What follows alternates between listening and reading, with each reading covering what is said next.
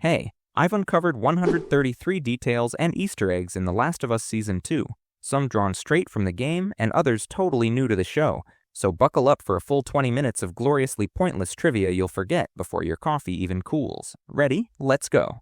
In the opening scene with Abby, Owen mentions a Seattle survivor group led by Isaac, portrayed by Jeffrey Wright, reprising his The Last of Us Part 2 role in Season 2, making Wright and Merle Dandridge the only two voice and motion capture actors from the games to reprise their characters in the HBO series.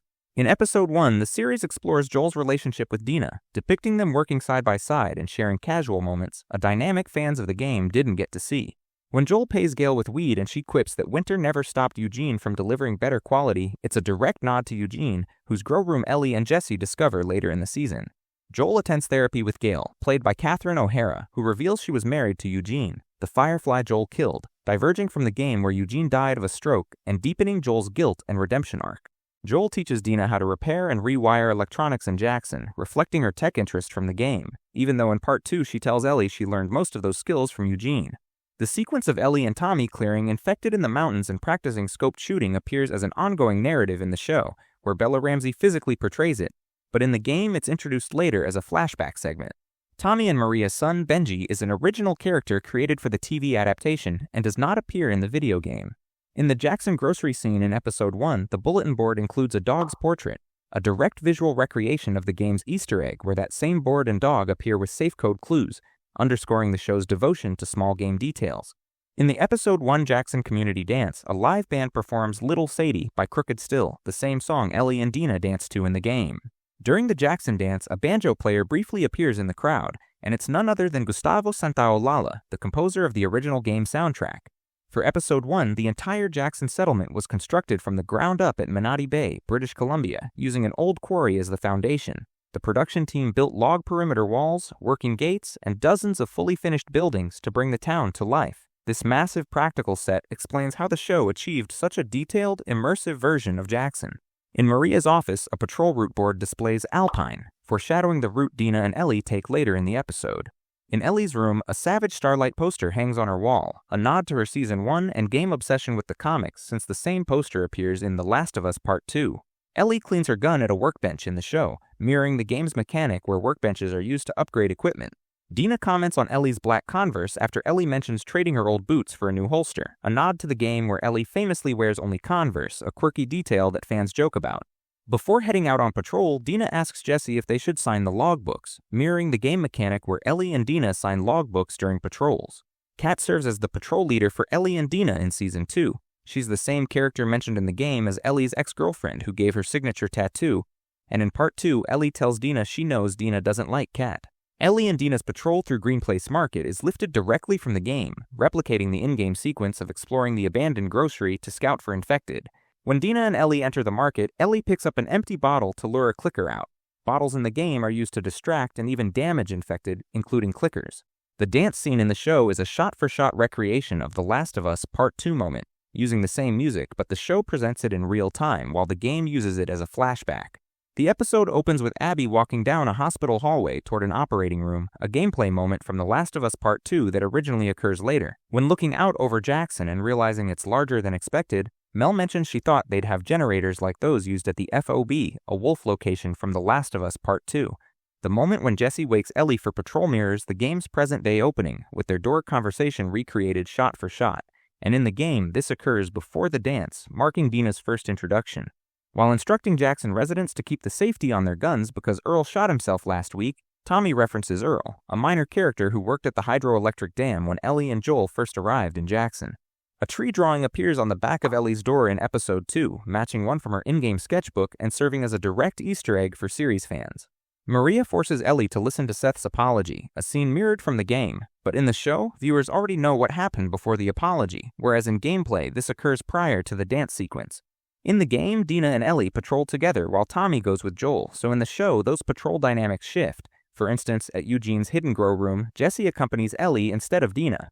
Ellie finds Eugene's Firefly dog tag while hiding in his grow room, mirroring the game moment where players discover the same tag as Ellie. After Abby slides down the mountain, she encounters a group of frozen infected before the horde emerges, a moment that mirrors Abby finding frozen infected during her patrol in the game. After saving Abby, Joel asks her, "Can you run?" the same line he says to his daughter Sarah in the first episode when she's injured fleeing the outbreak. Tommy uses a flamethrower to defeat the bloater that bursts through Jackson's walls, echoing the game where players can wield a flamethrower against tough infected-like bloaters. Jackson trains dogs to hunt and kill infected, a new addition for the show, yet it mirrors the wolf's use of dogs to track humans in the game. Unlike the game where Dina stays in Jackson with Jesse, the show places Dina in the lodge with Joel, enabling the new plot point where Mel drugs Dina, a sequence not present in the game. During Joel's death, Abby not only shoots his knee, as in the game, but also reveals she is the daughter of the Firefly doctor he killed, which never occurs in the original game storyline. Ellie discovering Abby and her crew killing Joel is staged almost identically to the game, matching dialogue and camera shots to recreate that pivotal moment. At the end of the episode, after Ellie crawls to Joel and she, Jesse, and Dina drag his body back to Jackson, a sequence new to the show, the song Through the Valley, sung by Ashley Johnson. Johnson provided Ellie's voice and motion capture in the games and portrayed Ellie's mother Anna in the Season 1 finale. Ellie's lone silhouette appears at the end of Episode 3's opening credits, with Joel's figure and Pedro Pascal's name removed to underscore his absence. The flowers outside Joel's house and on his mailbox in Episode 3 mirror those from the game, faithfully recreating that visual tribute to him. In Ellie's old room at Joel's house, a hat rests atop her dresser, identical to the one seen during the museum flashback in both the game and the series. As Ellie walks through Joel's room, she passes a partially carved wooden owl, matching the owl design on Joel's coffee mug in the game, and sees his workbench directly lifted from the game's environment. When Ellie opens the box and finds Joel's watch and gun, it is a shot-for-shot recreation of the same moment in The Last of Us Part 2. Ellie, discovering Joel's signature coat and smelling it, mirrors the identical scene from the game. When the Seraphites are introduced, a young girl's hair is braided on top of her head, replicating Yara's distinctive hairstyle from the game. In Ellie's room, a poster for The Matrix, 1999, hangs behind her during training with Jesse, adding a subtle pop culture nod for observant viewers.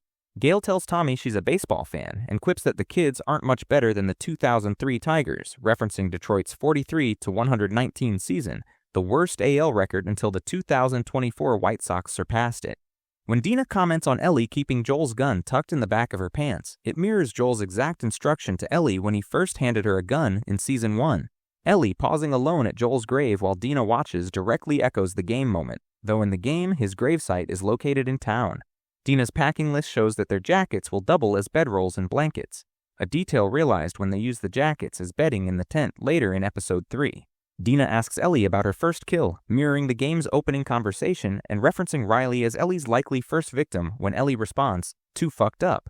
While in the tent, Dina asks Ellie to rate their dance floor kiss, and Ellie gives it a 6, repeating the game moment that originally occurs during their blizzard patrol in Eugene's grow house.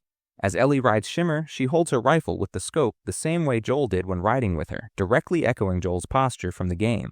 When Ellie and Dina spot a car, they know they're nearly in Seattle, just as in the game, and the music that plays upon their arrival is the Last of Us Part 2 home screen theme. Dina and Ellie search for supplies in a pharmacy, mirroring the game's scavenging mechanic where players browse rooms to find crafting items. Dina inspects a pill bottle for medication upgrades, reflecting how players in the game collect pills to enhance skills like health and listening mode. The pharmacy they enter is the exact location from The Last of Us Part 2, recreated shot for shot in the show. The episode labels this segment Seattle Day 1, borrowing the game's own chapter title as Ellie and Dina begin their Seattle journey. Dina and Ellie pass pride murals and flags in the street, just as in the game where spotting them leads Ellie and Dina into a queer bookstore. The opening scene of Isaac killing Fedra agents is new to the show, but the game features Fedra skeletons immediately after Ellie and Dina arrive in Seattle. Ellie compares the dead Fedra agents to the Apollo 1 crew, highlighting her space obsession from the game and echoing Ashley Johnson's real-life passion for space. The Valiant music shop that Dina and Ellie enter is the same music store from the game, down to its logo and storefront design. Dina plays the drums when exploring downstairs in Valiant Music Shop, a detail that also occurs in the game if the player spends extra time searching. A Pearl Jam poster hangs on the wall as Ellie walks upstairs, repeating the exact on-screen detail from The Last of Us Part 2. Ellie sings and plays Take On Me on guitar in a shot-for-shot recreation of the game's hidden music store scene, which many players miss. When Ellie leaves the guitar behind, the camera angle mirrors the corresponding shot from the later game sequence. Isaac's sweater in this episode matches exactly what he wears in the game, and Jeffrey Wright reprises his voice and motion capture role as Isaac. While interrogating a Seraphite, Isaac calls him a Scar, echoing the game's wolf term for Seraphites. In the TV station, the wolf bodies hung from the ceiling are staged just as they appear in the game, replicating that shocking reveal. A message scrawled in blood on a wall by Seraphites matches the slogans Ellie and Dina encounter on murals throughout Seattle in the game. Ellie kills a wolf member by stabbing him in the neck with a knife, imitating the stealth kill move that players perform in-game.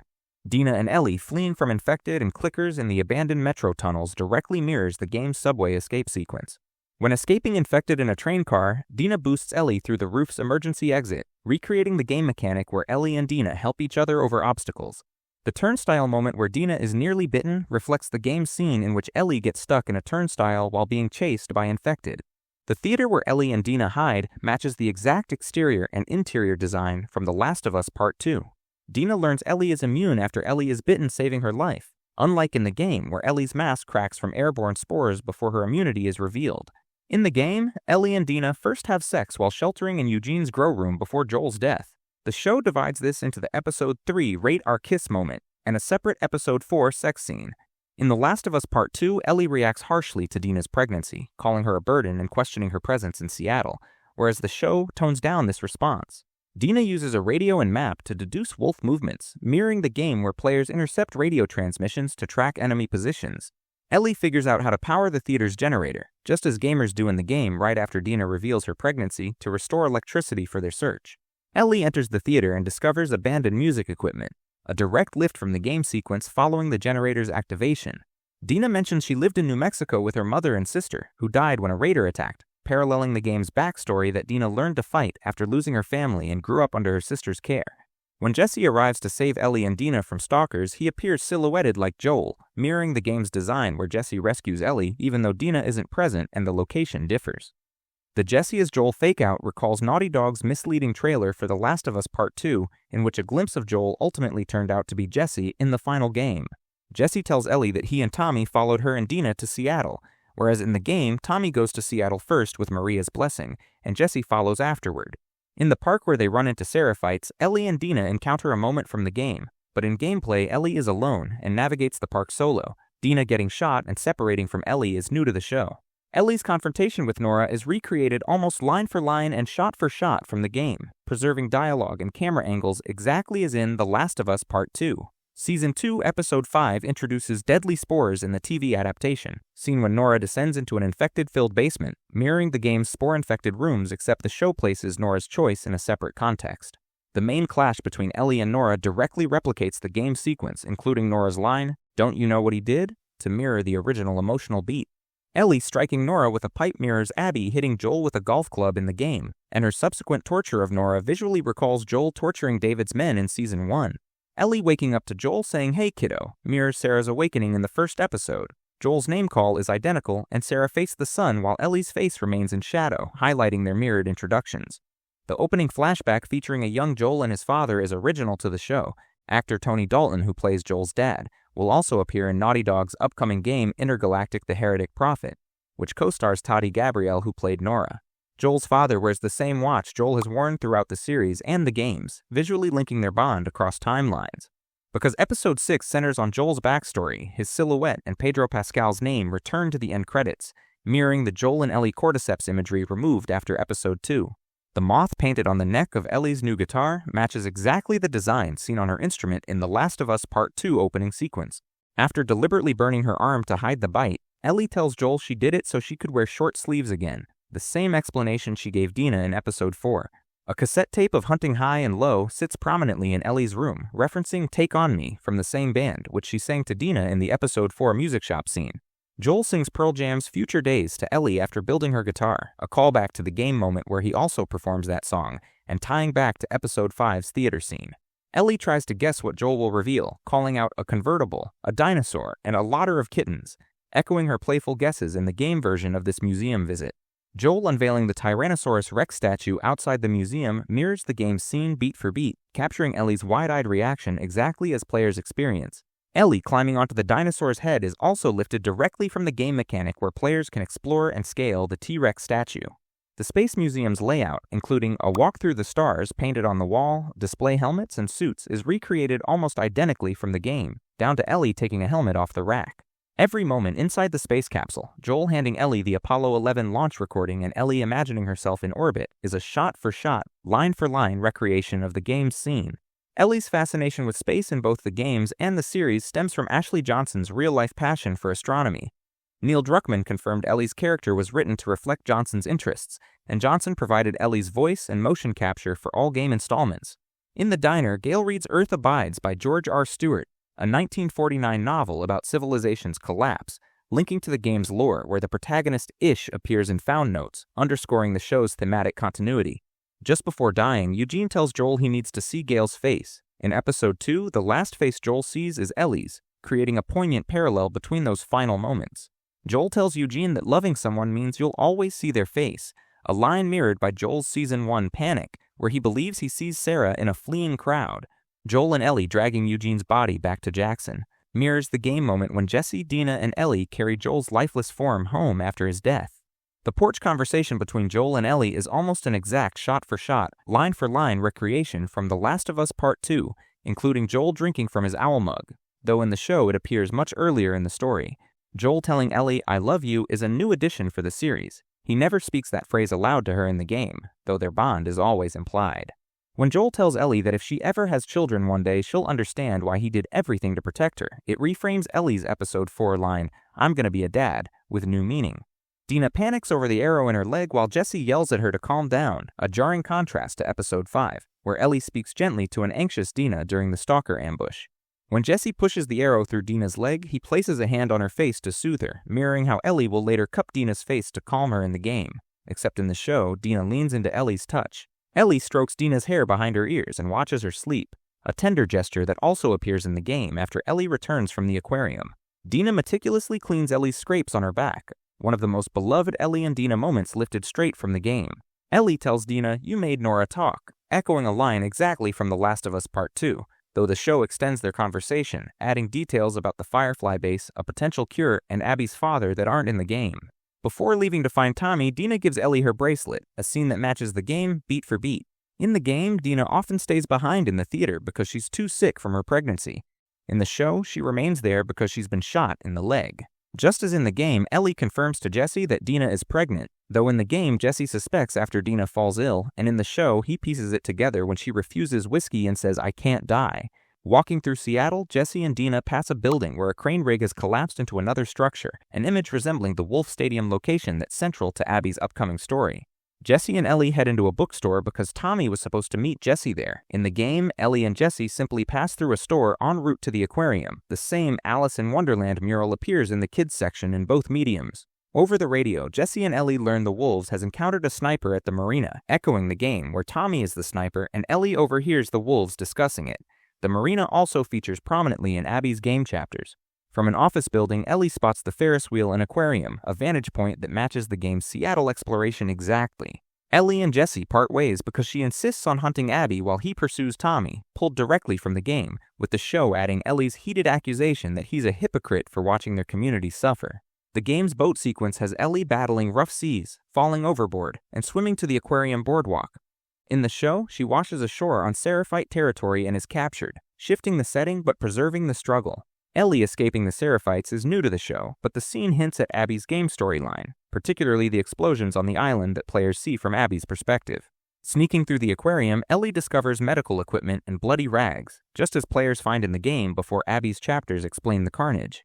Ellie's interrogation of Mel and Owen inside the aquarium is staged exactly as in the game. In the game, Ellie shoots Owen as he lunges and kills Mel when she attacks. In the show, Ellie shoots as Owen reaches for a gun, preserving the lethal outcome but adjusting timing. Ellie kills a pregnant Mel in both mediums.